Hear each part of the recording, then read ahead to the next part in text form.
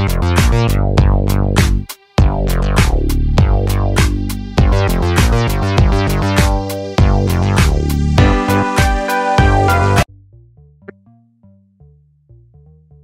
family, it is your boy Optimist Sniper. Bienvenue une fois de plus dans une nouvelle vidéo portant sur les différentes erreurs courantes commises par les nouveaux traders avec les chandeliers japonais.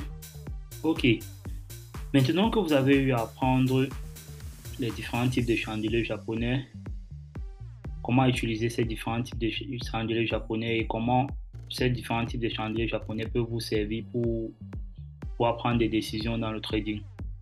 Les chandeliers japonais sont simplement une technique graphique populaire utilisée dans l'analyse technique pour analyser l'action des prix et prédire les mouvements futurs des prix. D'accord. Bien qu'il puisse être un outil puissant pour les traders, régulièrement, la majorité des nouveaux traders commettent souvent les erreurs courantes lorsqu'ils utilisent les chandeliers japonais. D'accord. Là, dans cette leçon-ci, je vais vous citer quelques erreurs courantes que les nouveaux traders commettent lorsqu'ils utilisent les chandeliers japonais pour que vous essayez d'éviter ces erreurs-là, pour que vous ne tombez pas dans ces pièges-là. D'accord? Ok. Maintenant, comme première erreur, on va parler régulièrement. La majorité des traders, des nouveaux traders, essayent de trouver un sens à chaque chandelier japonais qui apparaît sur le graphique. D'accord? Ça veut dire que quoi? Ils essayent, comme j'ai eu à vous donner une analyse sur... Comme j'ai eu à vous donner les différents types de chandeliers japonais et leurs interprétations et tous ces blabla en fait que j'ai eu à vous donner, toutes ces leçons précédentes, maintenant que vous savez déjà tout ça, ce que vous allez faire régulièrement comme débutant, c'est quoi? C'est aller dans le graphique, essayer de repérer des chandeliers japonais ou des formations de chandeliers japonais n'importe où. D'accord? La plupart du temps, les marchés sont très bruyants. Tous les chandeliers ne sont pas utiles pour anticiper les mouvements futurs des prix. D'accord? Vous devez déjà savoir ça. C'est pas utile de regarder tous les chandeliers japonais. Au lieu de regarder chaque chandelier japonais, ce que vous devez faire, c'est quoi? Vous devez vous concentrer sur ceux dont le prix se négocie actuellement à proximité, soit d'un support ou d'une résistance importante. C'est pourquoi dans la leçon précédente, on a parlé de comment agencer les chandeliers japonais avec les zones de support et résistance.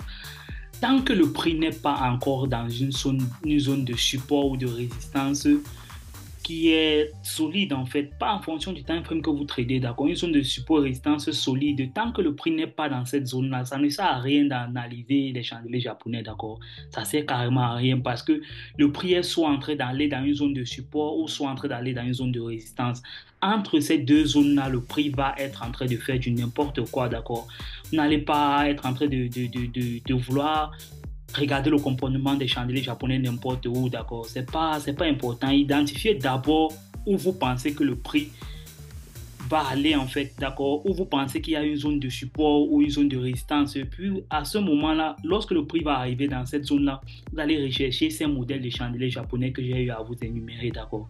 Ça, c'est la première erreur que beaucoup de débutants commettent.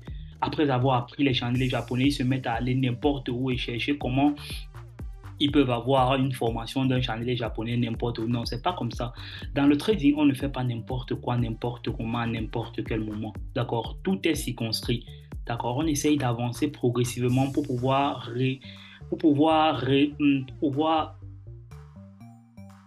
toucher tous les éléments qui vont entrer dans votre stratégie, d'accord? Et après tout ça, il faudra repartir tout ça de manière organique et de manière systématique pour que vous puissiez savoir quoi faire et quand le faire, surtout où le faire, d'accord? C'est très très important. Ok. Maintenant, la deuxième erreur que beaucoup de traders commettent, c'est quoi? La deuxième erreur que beaucoup de traders commettent, c'est que vous voulez trader votre imagination.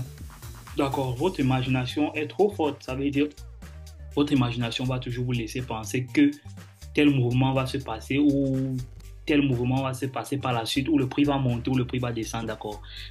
Si vous devez être devant un graphique à essayer de vous cogner la tête, zoomer les graphiques, essayer de regarder bien les chandeliers japonais parce que vous pensez que vous voyez quelque chose, sûrement il n'y a probablement rien, d'accord. La majorité des temps, avec un peu d'expérience, je peux vous dire que la manière dont vous allez repérer vos zones de support et de résistance sera très facile pour vous pour pouvoir repérer vos comportements, vos formations de chandelier japonais, d'accord? Il ne faudra pas trop de travail, c'est-à-dire, il ne faudra pas que vous soyez trop là, être en train de zoomer, essayer de regarder ce qui se passe, comment le chandelier est en train de se former, comment la bougie. Non, c'est pas important, d'accord? Ce qui sera important, c'est de regarder clairement ce qui se passe sans toutefois avoir une idée concrète de ce que vous voulez, d'accord? Qui se passe, d'accord? C'est pas ce que vous voulez qui se passe qui va se passer, c'est ce qui doit se passer qui va se passer, d'accord? Donc, essayez toujours de libérer vos émotions et de libérer ce dont vous pensez, d'accord? C'est pas ce dont vous pensez qui va se passer. C'est pourquoi je dis votre imagination est trop forte. Vous n'avez pas besoin d'essayer d'attribuer un mouvement avant qu'il ne se produise. C'est-à-dire, vous n'avez pas besoin d'imaginer trop que le prix va être en train de monter, le prix va être... Non, vous n'avez pas besoin de ça. Ce que vous devez faire, c'est juste analyser le prix, analyser le comportement du prix, analyser les chandeliers japonais, analyser les formations qui sont en train de se passer dans vos zones de support et résistance. Et c'est tout. Rien d'autre à part ça, d'accord? Concentrez-vous sur la recherche des preuves d'une forte pression d'achat lorsque vous prévoyez d'acheter, d'accord? Et des preuves d'une forte pression de vente lorsque vous prévoyez de vendre. C'est tout. Ce sont ces confirmations-là qui vont vous permettre régulièrement de mettre les probabilités dans votre sens, d'accord? N'oubliez pas, il s'agit toujours des probabilités, il ne s'agit jamais des mouvements sûrs. Il ne faut jamais oublier ça. Parce que dans le trading, on parle en termes de probabilité. OK. Donc ça, c'est la deuxième erreur que beaucoup de débutants font. Ils essayent de se fier à ce qu'ils pensent. C'est pas ça, d'accord? En vous fiant à ce que vous pensez, vous allez être en train d'anticiper ce qu'il n'y a déjà pas sur le marché. Soyez toujours ouvert à regarder ce qui va se passer. Laissez le prix vous guider. OK. Votre imagination est régulièrement très faible, d'accord? Ça veut dire que quoi? Les modèles de chandeliers japonais qui sont censés se former, par exemple, après 3 bougies, selon les exemples que j'ai eu à vous montrer, d'accord? Il peut arriver que ces 3 bougies-là ne sont pas suffisantes. Ou il peut arriver qu'après ces 3 bougies de formation-là, qu'il y ait 2 autres bougies qui complètent la formation du chandelier japonais. Vous ne devez pas réfléchir, je ne sais pas, comme dans le B à bas. C'est un peu quand vous définissez une zone de support résistante, d'accord? Vous devez savoir qu'une zone de support résistance, c'est une zone, d'accord? Ce n'est pas un niveau de prix intact. Ça veut dire que s'il arrive que le prix vienne dans cette zone-là, quand on parle d'un support résistant, régulièrement, on va matérialiser ça comme une zone, pas comme un niveau de prix exact comme ça, d'accord? Ça veut dire que quoi? S'il arrive que le prix, par exemple, vienne ici comme ça, et que ça traverse ici, ça ne veut pas dire que la zone de support a été franchie, d'accord? Parce qu'il peut revenir ici par la suite et monter, d'accord? Vous ne devez pas être en train de travailler comme je sais pas en fait, d'accord, c'est pas... En fait, le trading, c'est pas le B à bas. Vous devez regarder ce qui se passe, d'accord. Tout est flexible ici, là. Il n'y a pas... C'est pas que si le prix vient ici, là, il doit s'arrêter là, net. Non, c'est pas comme ça que ça se passe. On travaille toujours avec les probabilités. Ça veut dire que si le prix est toujours ici, là, dans cette zone-ci, il y a des probabilités que ça monte.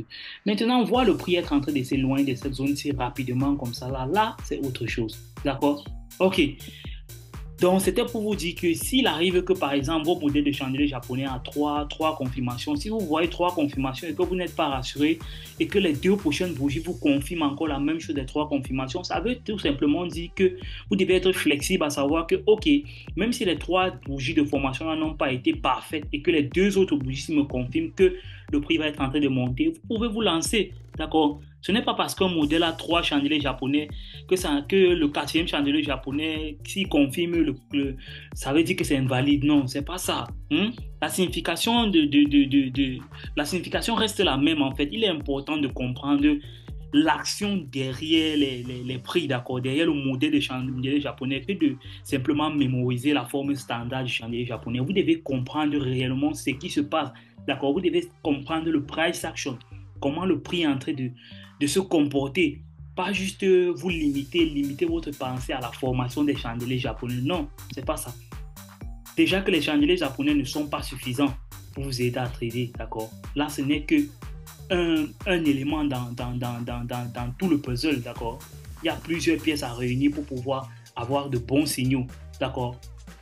Et toujours est-il dit que le chandelier japonais, lui aussi, il n'est pas parfait. D'accord, vous devez regarder comment le prix se comporte pour pouvoir définir ce que le prix va faire, d'accord? L'action derrière les prix.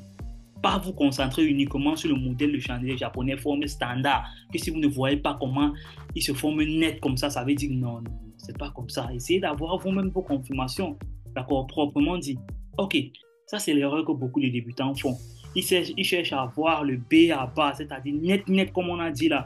L'exemple qu'on a pris dans le cours, par exemple, que le prix arrive ici, vous voulez voir le prix faire ça net, net, c'est pas comme ça. Chaque moment du marché est unique. Dans ce marché, s'il n'y a rien qui va régulièrement se répéter de la même façon, d'accord?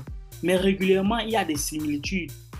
Ça peut ressembler à un autre événement, mais ça ne sera jamais pareil qu'un autre événement. Donc ne cherchez pas la similitude parfaite, d'accord? Essayez plutôt de comprendre l'action des prix derrière le modèle de chandelier.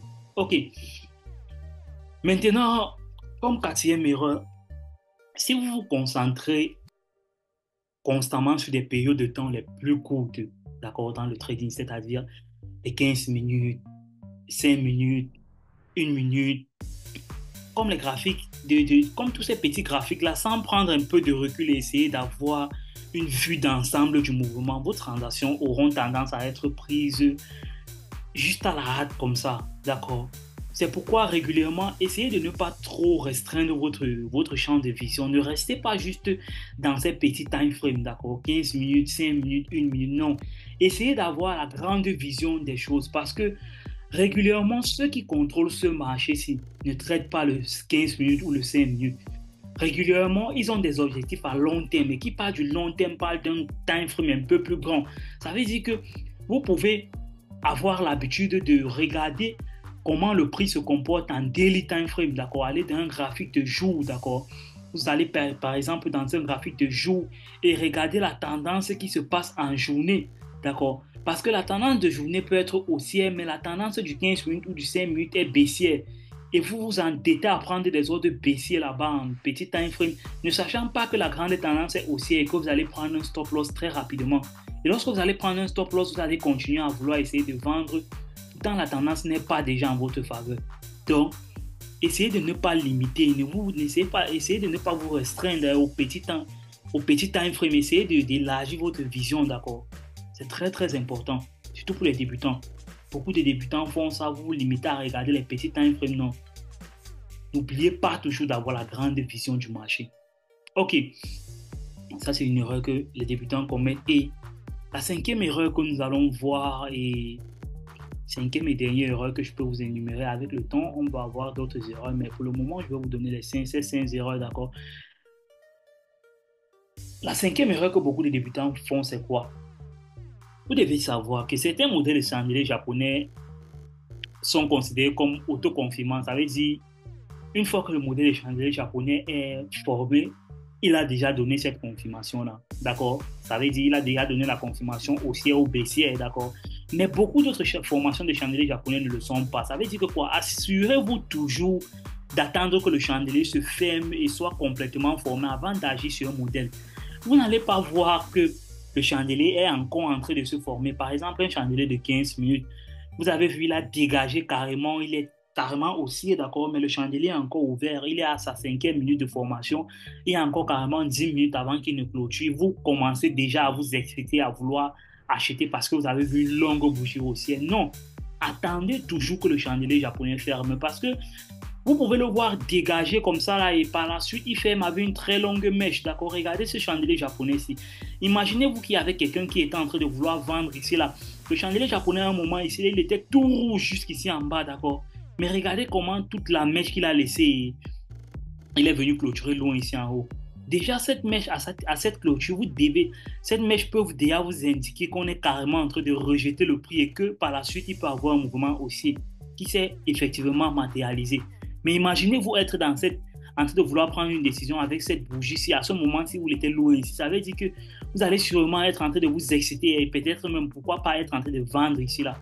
Et carrément, le chandelier japonais va venir clôturer loin ici en haut. Donc, évitez régulièrement ça. Évitez ça. Il faut éviter ça. Attendez que le chandelier japonais clôture pour vous donner de bonnes indications, pour que vous puissiez prendre de bonnes décisions. Vous attendez d'abord sa clôture. Parce que on travaille avec le prix d'ouverture d'un chandelier japonais, le prix de clôture, le haut et le bas, d'accord? Donc, ça ne sert à rien de voir que le chandelier japonais est encore en pleine formation et vous prenez des décisions. Attendez la clôture du chandelier japonais. OK. Par exemple, un chandelier japonais, une bougie peut être en train de venir ici, là. Vous voyez la bougie, elle est loin ici, là. Il a cassé la zone de support, elle est loin ici, là, comme ça. Mais après, carrément, la bougie fait fermer loin ici en haut, elle respecte la zone de support. Mais elle laisse une très grande mèche ici, là. Elle laisse une très grande mèche ici, là, comme ça, d'accord? Voilà. En ce moment, si vous aviez attendu la clôture, vous devez constater que non, il s'agit d'un doji et carrément, on est en train de respecter la zone de support.